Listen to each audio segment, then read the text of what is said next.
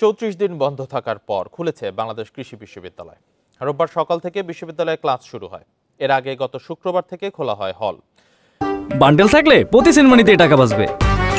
বিকাশ send money bundle কিনে জিতুন প্রতি লেনদেনে। সকালে বিভিন্ন ক্লাসে শিক্ষার্থীদের আসতে দেখা গেছে। শিক্ষার্থীরা বলছেন দীর্ঘ বন্ধের কারণে সেশন জটের শঙ্কায় রয়েছেন তারা। তবে শিক্ষকরা বলছেন শিক্ষক শিক্ষার্থী উভয় পক্ষের মধ্যে সমন্বয় হলে দ্রুত ক্ষতি পুষিয়ে ওঠা সম্ভব।